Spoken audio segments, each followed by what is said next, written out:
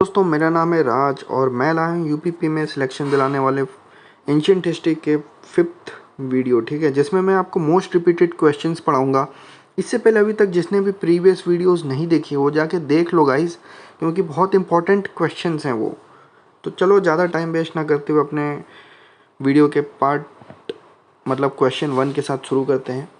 Question 1 हमसे पूछता है कि सबसे पुराना हिंदू महाकाव्य कौन सा है? एंड ऑप्शन है महाभाष्य, रामायण, अष्टाध्यायी, महाभारत। ये तो पता ही होगा सबको।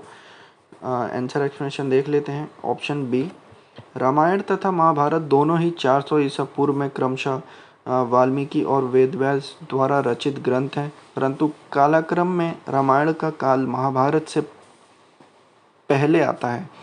इसके अलावा राम का जिक्र महाभारत में आता है, इसलिए रामायण को सबसे पुराना महाकाव्य, हिंदू महाकाव्य माना जाता है। ठीक है, तो उम्मीद करता हूँ ये तो आपको पहले पता होगा, लेकिन जिसको नहीं पता वो सीख ले, जान ले।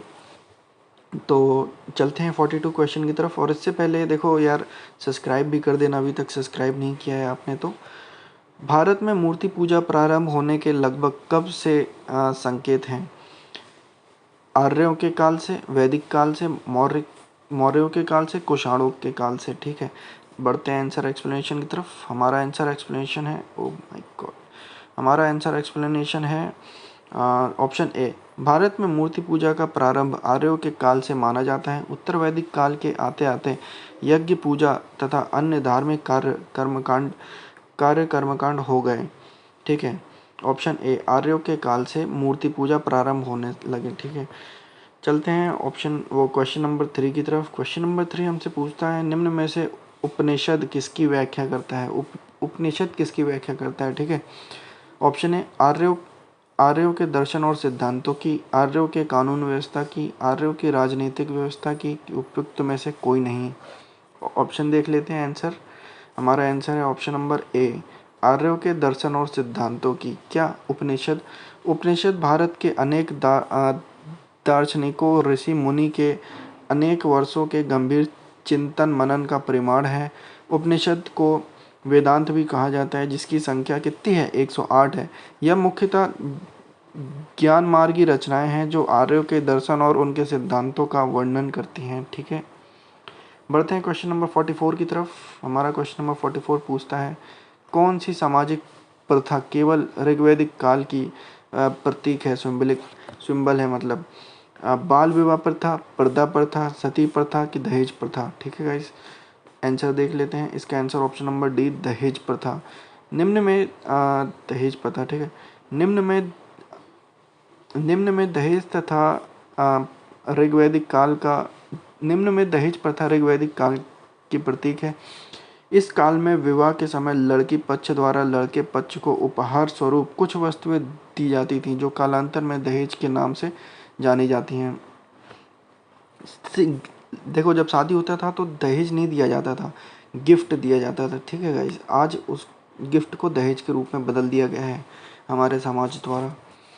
बढ़ते हैं क्वेश्चन नंबर 45 की तरफ। क्वेश्चन नंबर 45 है, सिंधु सभ्यता में निर्यात किया जाता है, क्या निर्यात किया जाता है? सूती वस्त्र किया जाता था, सूती वस्त्र, मिट्टी के बर्तन, सोना की काली मिर्च। क्या निर्यात किया जाता था? आंसर देख लेते हैं। इसका आंसर है ऑप्शन नंबर ए, सूती वस्त्र। सिंधु सभ्यता विश्व की प्राचीन नदी घाटी सभ्यता में एक प्रमुख सभ्यता थी।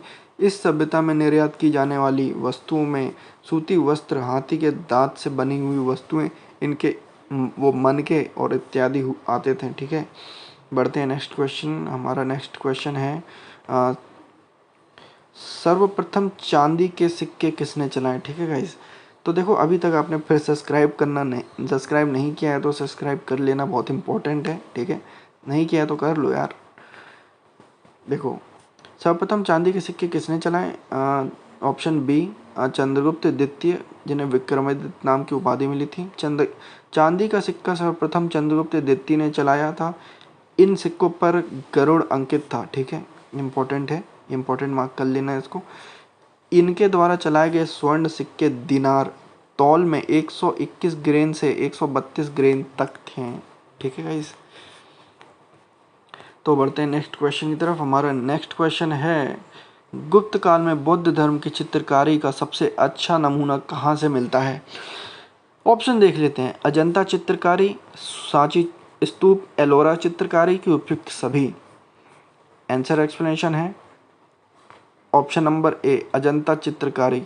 अजंता की चित्रकारी गुफाओं में अजंता की चित्रकारी गुप्त काल में बुद्ध धर्म की चित्रकारी का सबसे अच्छा नमूना मिलता है। ठीक है, अजंता की गुफाओं का मुख्य आकर्षण भित्ति चित्रकारी है। इन चित्रों में बुद्ध धार्मिक आख्यानों और देवताओं का जिनकी प्रचुरता और जीवंतता के साथ चित्रण किया गया है वह भारतीय कला के क्षेत्र में अद्वितीय हैं।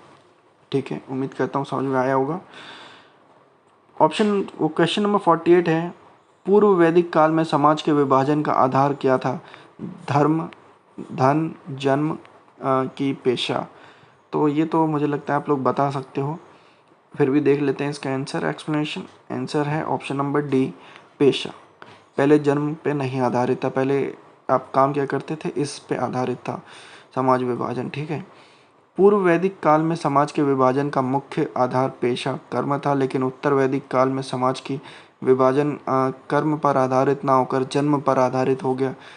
ऋग्वेद के 10वें मंडल में चारों वर्णों का उल्लेख मिलता है। ठीक है गाइस, बढ़ते हैं 49 क्वेश्चन की तरफ। हमारा 49th क्वेश्चन पूछता है, भारत में मूर्ति पूजा कब शुरू हुई? देखो ये अभी ही पूछा गया था शायद, है ना, जिसने अभी वीडियो देखी है।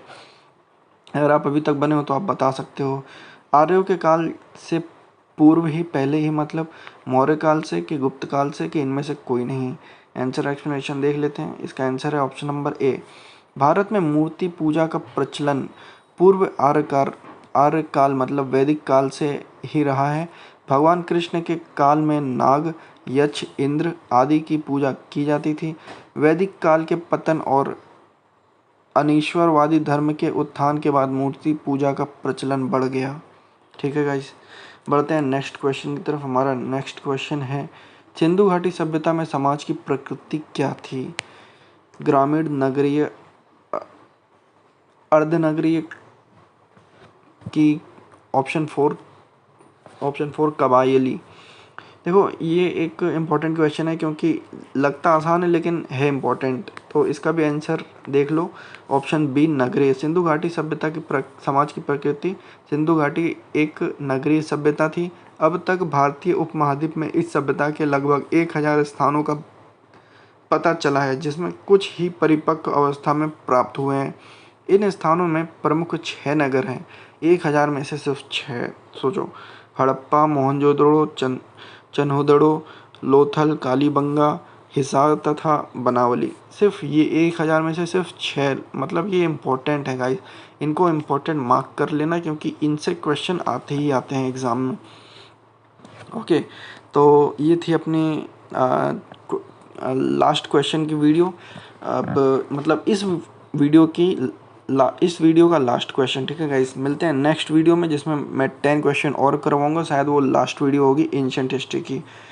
इतनी वीडियो में आपका एंशिएंट हिस्ट्री ख़त्म हो गया। उम्मीद करता हूँ अच्छा लगा होगा, सारे क्वेश्चन आपने समझे होंगे, देखे होंगे और उनका मतलब दिमाग में बैठाया होगा उनको अच्छे से, क्योंकि वो काफ़ी इंपॉर्टेंट क्वेश्चन है। मिलते हैं नेक्स्ट वीडियो में। Thank you and have a nice day.